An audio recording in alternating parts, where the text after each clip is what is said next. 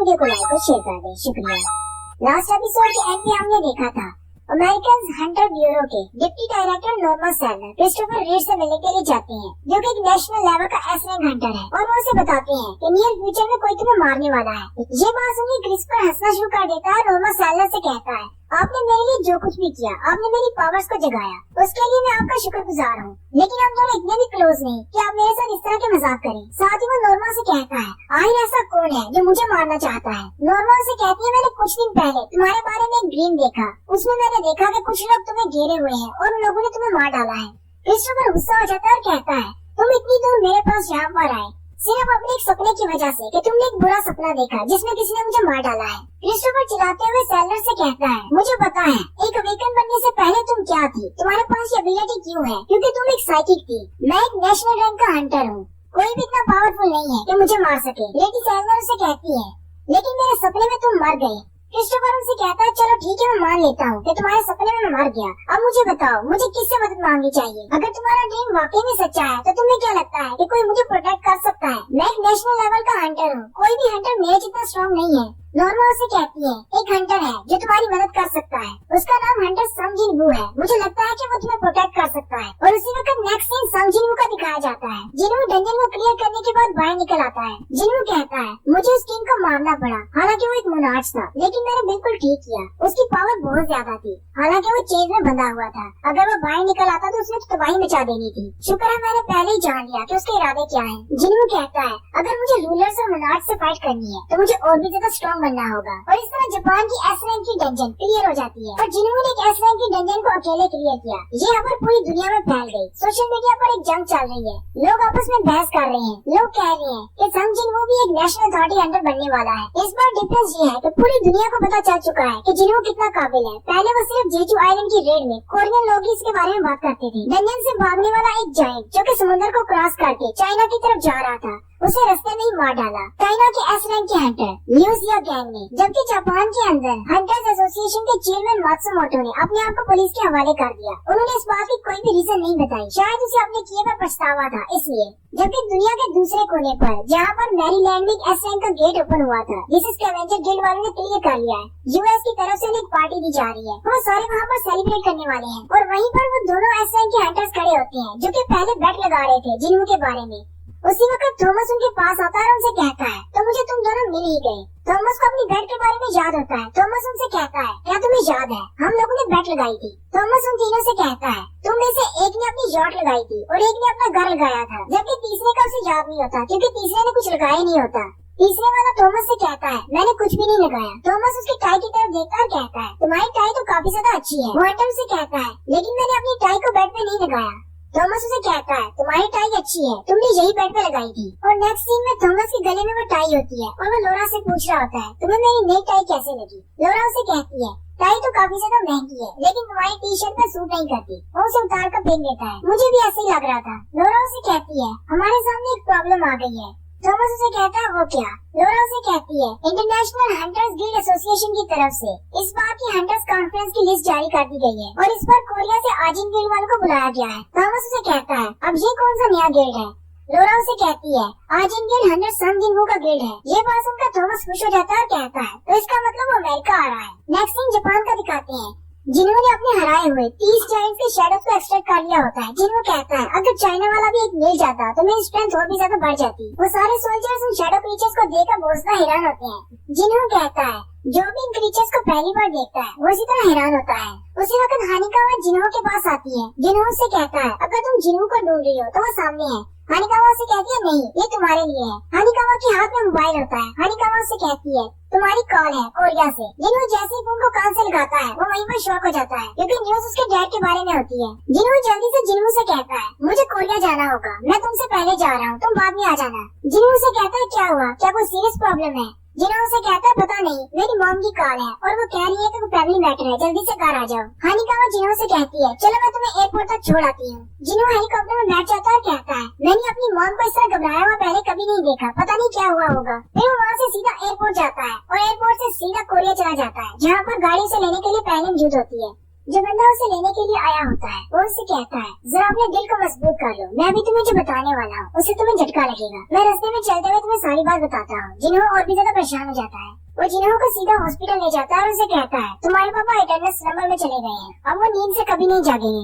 जिन्हों शीशे के बाहर से देख रहा होता है। वो बंदा उसे कहता है, तुम ज्यादा करीब नहीं जा सकते क्योंकि तुम एक हंटर हो, तुम्हारी बॉडी से बहुत ज्यादा मैजिकल एनर्जी निकल रही है, इससे उनकी हालत और भी ज्यादा खराब हो जाएगी। जिन्हों बहुत ज्यादा उदास हो जाता है और कहता है, मैं तो बहुत ही यूजलेस बेटा हूँ, मैं अपने पापा के करीब भी नहीं जा सकता। साथ ही वो बंदा उसके पापा की डायरी से देखते हुए कहता है, ये वो डायरी है जिस पर वो काम कर रहे थे, मैंने इसे अपने पास संभाल कर रखा है कि जैसे ही वो जागेंगे तो मैं उन्हें दे दूंगा, लेकिन मुझे नहीं लगता कि वो जागने वाले हैं, इसलिए तुम्हें इसकी ज्यादा जरूरत है। जिन्हों जैसे उस डायरी को खोलता है तो उसके अंदर सारे न्यूज आर्टिकल्स होते हैं जो कि जिन्हों और जिन्हों के बारे में होते हैं। वो बंदा जिन्हों से कहता है, तुम्हारे डैड ने तुम्हारे और तुम्हारी बहन के बारे में जितने भी न्यूज आर्टिकल्स छपे हैं वो सारे अपने पास संभाल कर रखे हैं। चाहे तुमने किसी कंपटीशन में हिस्सा लिया हो या फिर तुमने गिल्ड को ज्वाइन किया हो, जैसे जिन्हों का गिल्ड, तुम्हारे जापान जाने के बारे में भी जो आर्टिकल छपे थे वो भी उन्होंने सेव किए हैं। ऐसा नहीं है कि चेयरमैन तुम्हें प्यार नहीं करते थे, चेयरमैन तुम्हें बहुत ज्यादा प्यार करते हैं। ये सुनकर जिन्हों और भी ज्यादा रोना शुरू कर देता है। फिर वो उसे कहता है, चलो तुम्हारे घर छोड़ देता हूँ। उसी वक्त जिन्हों को कुछ अजीब महसूस होता है,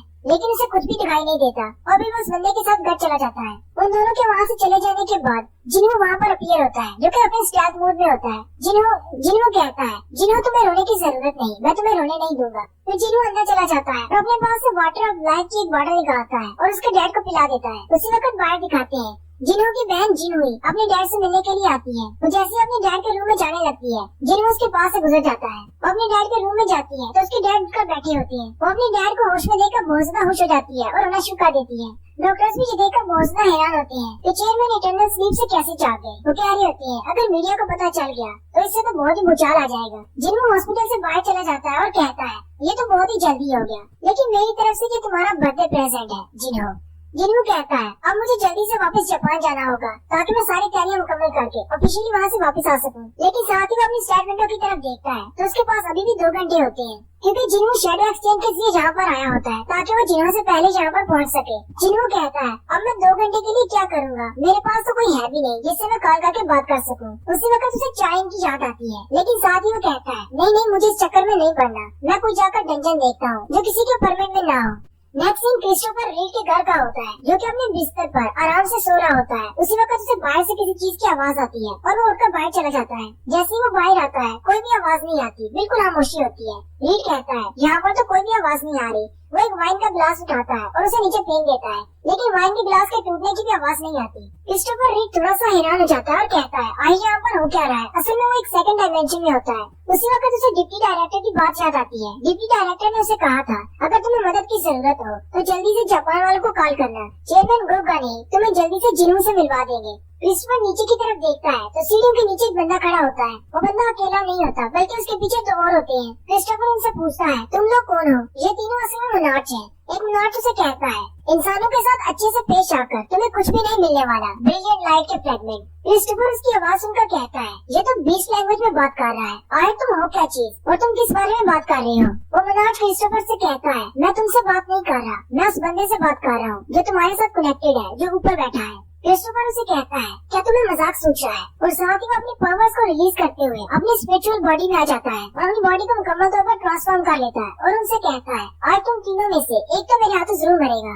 बाकी के दोनों मोनार्च भी ये देखकर बहुत ज्यादा हैरान हो जाते हैं और कहते हैं, एक इंसान एक स्पिरिचुअल बॉडी कैसे हासिल कर सकता है। क्रिस्टोफर रीड उन पर अटैक करता है और साथ ही उसके पूरे मैंशन में सिर्फ आग निकलती हुई दिखाई देती है। नेक्स्ट सीन में जिन्हों गाड़ी में बैठा हुआ एयरपोर्ट की तरफ जा रहा होता है। जापानीज लोग बहुत ज्यादा खुश होते हैं और उसे चेक कर रहे होते हैं क्योंकि जिन्हों ने उन सबकी जान बचाई है। जिन्हों कहता है, मुझे लगता है शायद जापान में मेरा आज आखिरी दिन है। उसी वक्त बीरू बाहर निकलता है और कहता है, मेरे टीम ये सारे लोग आपकी आवाम है और ये सब आपकी एक झलक देखना चाहते हैं, आपको बाहर निकलकर अपना हाथ हिलाना चाहिए। जिन्हों से कहता है, ऐसी बात नहीं है, तुम वापस जाओ। फिर जिन्हों सीधा जाकर कोरिया के लिए जहाज में बैठ जाता है। जहाज में बैठे हुए उसके साथ वाली सीट पर एडम वाइट बैठा होता है। जिन्हों कहता है, ये तो बहुत ही बड़ा कोइंसिडेंस है कि तुम मेरे साथ वाली सीट पर बैठे हो।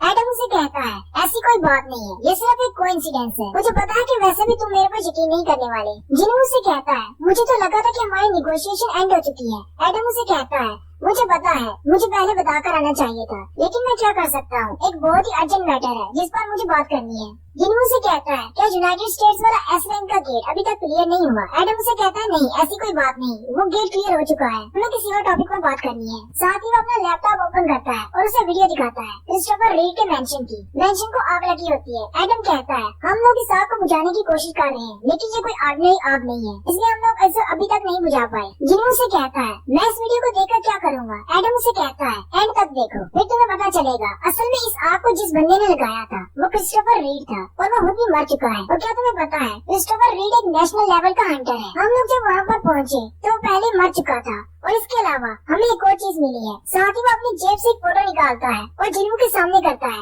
वो पिक्चर जिन्हों के फादर की होती है। एडम जिन्हों से कहता है हमारी ब्यूरो को लगता है कि इस शख्स ने क्रिस्टोफर रीड को मारा है। ये बात सुनते ही जिन्हों बहुत ज्यादा गुस्सा हो जाता है और अपनी टेलीकाइनेसिस की पावर को इस्तेमाल करते हुए एडम को हवा में उड़ा देता है। साथ ही उसका लैपटॉप भी टूट-फूट कर एक छोटा सा गेम बन जाता है। जिन्हों एडम से कहता है अगर तुम्हें लगता है कि ये एक मजाक है तो मैं तुम्हें बता दूं, तुम आज इस जहाज से जिंदा बाहर नहीं जाओगे। और यहीं पर हमारी एपिसोड 76 का एंड होता है। एक्सप्लेनेशन अच्छी लगी हो तो कमेंट करके जरूर बताएं। चैनल को सब्सक्राइब कर दें, वीडियो को लाइक और शेयर कर दें। शुक्रिया।